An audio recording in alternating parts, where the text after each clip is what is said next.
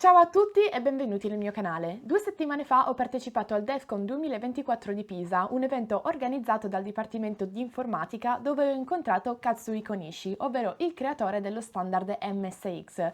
Per chi non lo sapesse, questo standard è nato nel 1983 ed è stato un progetto rivoluzionario per l'epoca. L'idea alla base era quella di andare ad unificare l'industria dell'informatica che all'epoca era composta da tanti sistemi chiusi e incompatibili.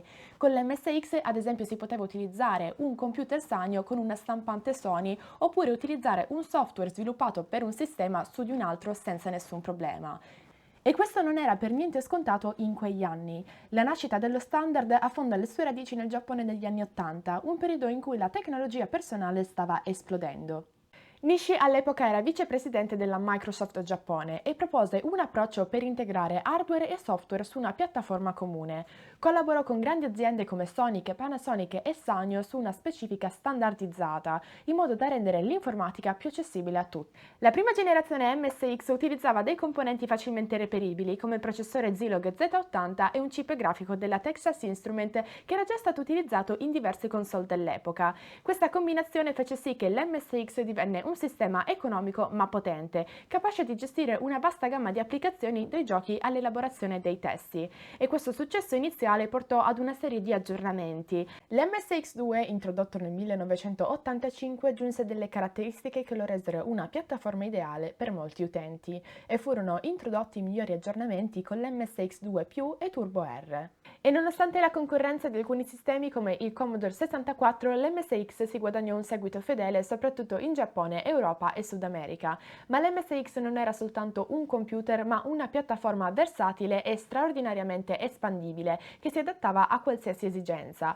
Al DEFCON Nishi ha presentato gli ultimi aggiornamenti sul futuro dello standard MSX, ovvero l'MSX0 e l'MSX3, e durante la sua presentazione ho avuto l'onore di fare da traduttrice e ho avuto anche l'opportunità di intervistarlo e gli ho posto alcune domande sulla storia dello standard e delle sue visioni future. So thank you for this interview, and I wanted to ask you what inspired the creation of the MSX standard, and also what was your main goal?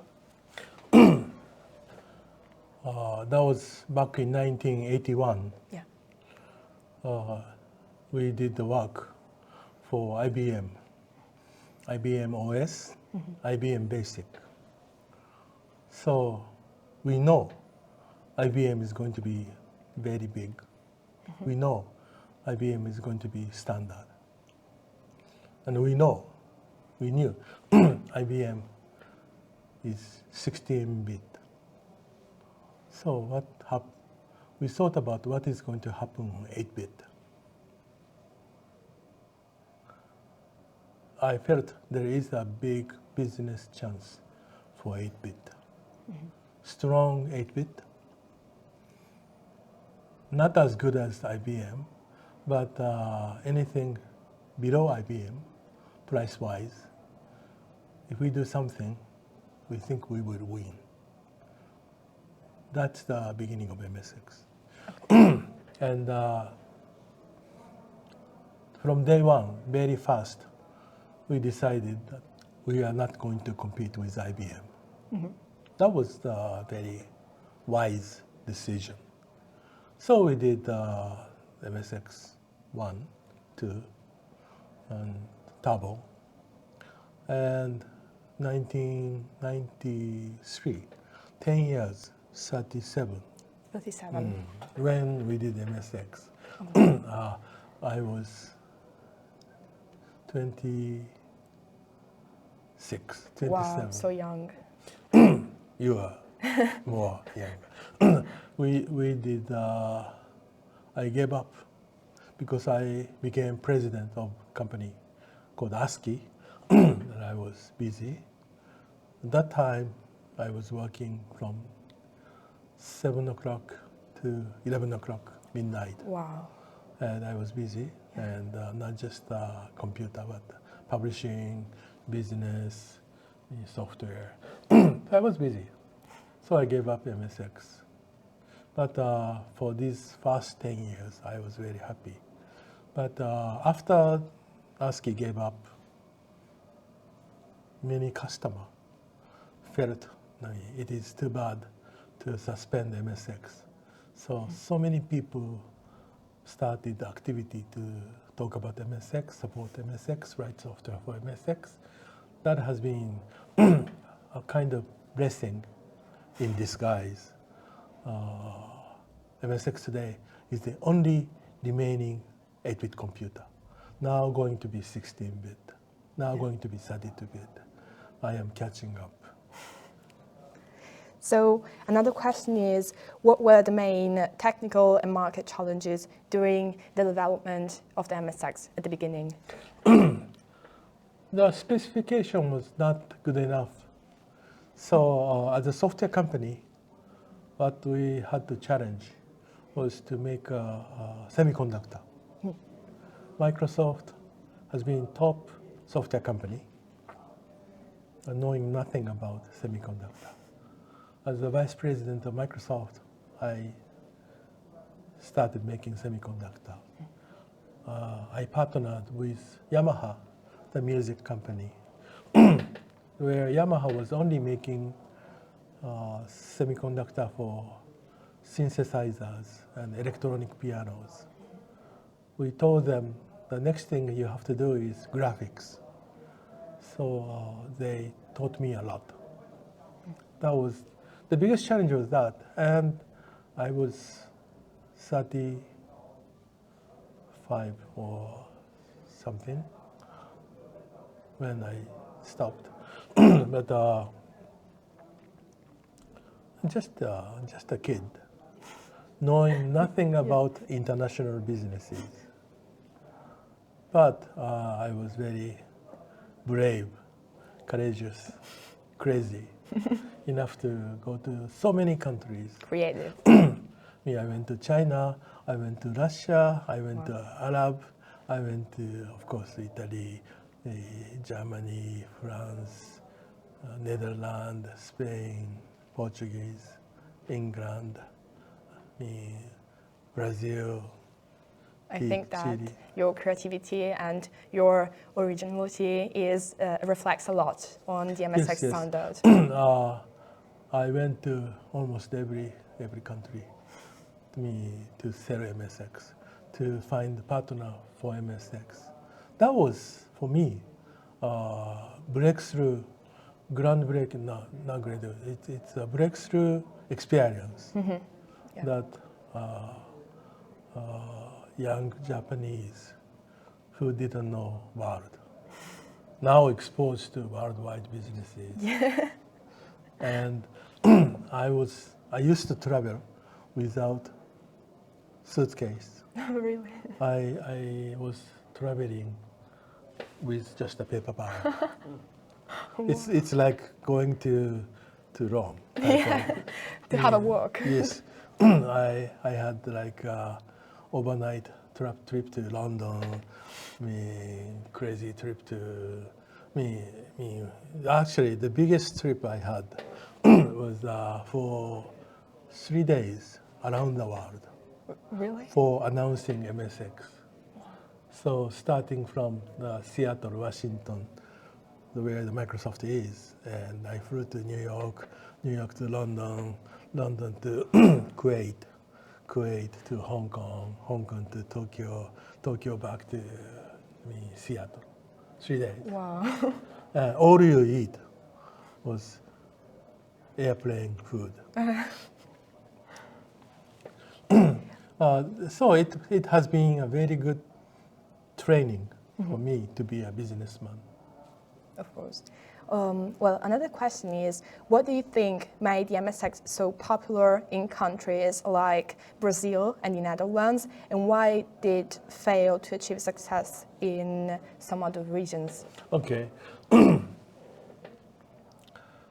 Success of Holland, Netherlands, is of course the Philips is there. Yeah. Philips was the biggest promoter in Europe for MSX. The success in Brazil is Brazil had a rule, government regulation, that you can't import computer. You have to manufacture in Brazil. So there has been many countries who partner with Brazilian computer company. They import the components and case even to Brazil. They assembled in Brazil. Yeah. So having a company who assembled MSX in Brazil was really the source of serious promotion. America, I was just scared because there is IBM. Yeah. And I don't want to compete IBM because IBM was the largest customer of Microsoft. And we didn't expect, but IBM second-hand computer, IBM's third-hand, fourth-hand computer was MSX's biggest competitor. IBM computer at that time was sold at $1,000. Second hand is 500. Third hand is 250. Fourth hand is 100. Yeah. I didn't thought about old computer, resold computer. So, am I going to sell MSX against old IBMs in America, where Commodore and Atari is very active in launching the low-end computer? I said, no, we are not going to do America. Yeah, they were big competitors there. Competitor. Yeah. And if there is a chance, 80%, 90% chance to win, you do the war. If the chance is 50-50, no. IBM, Commodore, Atari, these active company doing business in America, how come I can be successful in America? So I withdraw. That was my decision. And I was right. Because in 10 years, I have withdrawn from MSX new development, and lasted another 10 years. Yeah. So right after 2000, MSX 20 years, for a period of 20 years, MSX has been very active, and we didn't lose money. We made money. That was a good decision. But after 20 years of the vacancy, I decided to go back to MSX somehow. But we made, real parent miss child. When child being sent to foster parent, still real parent miss the child. So after 20 years, I am being a child sick, and I have to do what I have to do. So I am back. With some new creative and original ideas. IoT, first IoT. No one has been successful for IoT, even Raspberry Pi. Raspberry Pi going after high end. I am laughing. Or they're in the same trap like all other company. Where I am doing IoT. Then things after IoT is do it yourself. The self-study. Now I am introducing game into MSX, where I didn't touch game at all. So porting other games with simulator. Then people talk about you are playing with old technology, you are playing with consumer product. As a computer scientist, computer engineers, I would say, let me challenge state-of-the-art computer science by artificial intelligence. My professor at Massachusetts Institute of Technology, my professor's name was Marvin Minsky. He invented artificial intelligence. So I'm his student. Plus, I was a visiting professor at MIT. So I'd like to demonstrate to people, I can do it. I can do state-of-the-art research and development, especially in artificial intelligence. So I am bringing LLM, large language model, which is the center technology of artificial intelligence. onto MSX. So $10,000, $20,000 supercomputer you can buy at your home. That's what I want to make it happen. Is there any strange or funny event that happened during the development of the MSX standard, or something that was... Well, nothing funny, but my biggest sadness is that political maneuver with Sony and Philips and us, me, ASCII, how we are going to connect CD-ROM to MSX. Sony and Philips invented CD-ROM, optical disc, and they bring music onto MSX. No, CD-ROM, called Music CD, CD audio, Yes. compact audio, CD, compact disc. They wanted to interface CD to MSX, but Sony had Sony's agenda, Philips has Philips' agenda.